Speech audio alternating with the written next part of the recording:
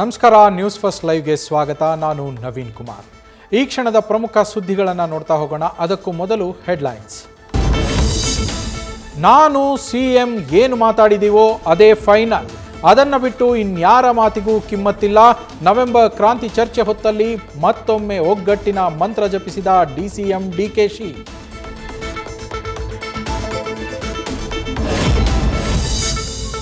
ರಾಜ್ಯದಲ್ಲಿ ಯಾವ ನವೆಂಬರ್ ಕ್ರಾಂತಿಯೂ ಇಲ್ಲ, ಏನೂ ಇಲ್ಲ. ಬದಲಾವಣೆ ಬಗ್ಗೆ ಹೈಕಮಾಂಡ್ ತೀರ್ಮಾನಿಸುತ್ತೆ.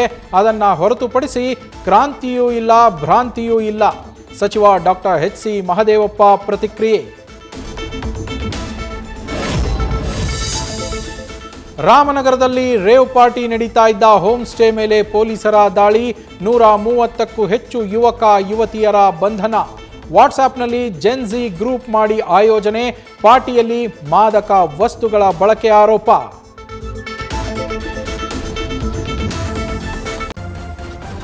ನ್ಯೂಸ್ ಫಸ್ಟ್, ನಿರ್ಭೀತಿಯಿಂದ ನಿಮ್ಮ ಪರವಾಗಿ.